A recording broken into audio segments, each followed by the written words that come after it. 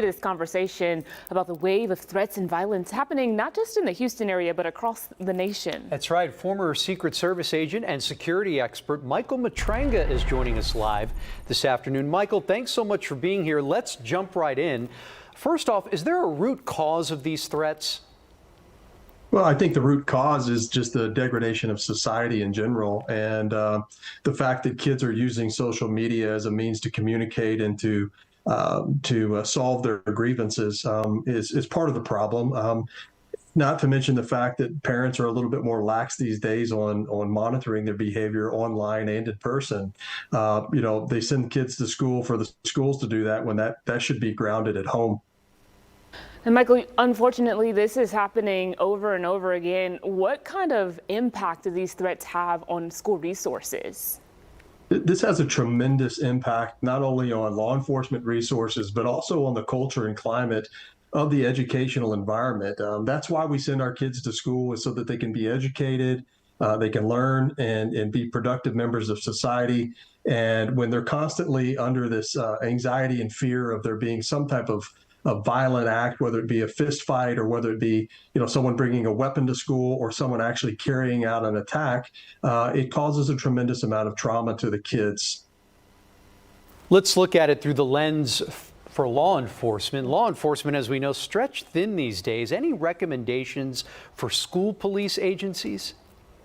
Yeah, last year the governor passed House Bill 3 that states that in the state of Texas, each school should have their own law enforcement officer or school resource officer, and that's a great idea in philosophy. But at the end of the day, the state did not fund that, and so we already know that just like teachers in the United States, there's not a surplus of law enforcement, and so.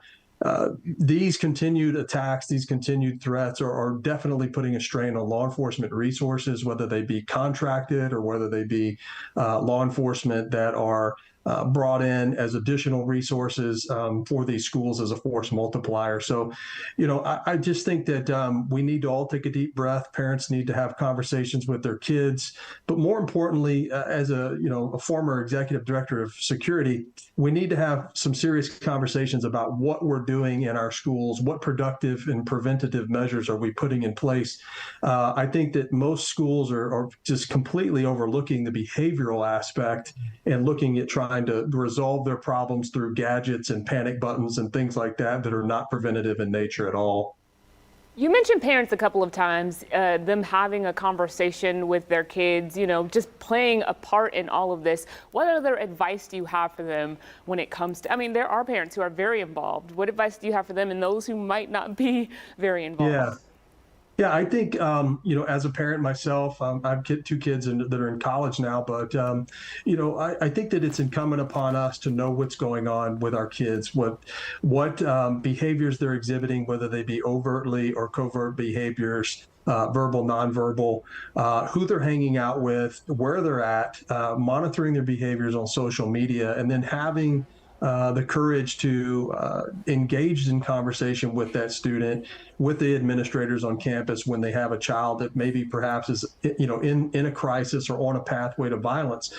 Statistically, I would encourage parents to go to the National Threat Assessment Center's website, read through some of their research papers, and then another source for them would be the K-12 school shooter database that is put together by David Reedman, a research data scientist, that he tracks these particular incidents throughout the nation.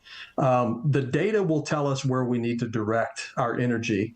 And again, I think that K-12 security has become a multi-billion-dollar industry, and there are too many companies out there that are trying to sell products instead of selling solutions based on mental health resources and the behavioral aspect. I think if we can get down to the foundational components of training our staff and our teachers and our parents on what to look for and how to intervene and having those resources, I think that would be key. What's the biggest upsetting statistic for me is that Texas ranks 50 out of 50 the last 2 years on mental health resources, and we know that's the root cause as well as grievances. So we've got to get better at identifying. That vigilance on all fronts is crucial, especially given the times that we live in today. Michael Matranga, former Secret Service agent and security expert, we appreciate your insight this afternoon. Michael. Thank you. Appreciate it.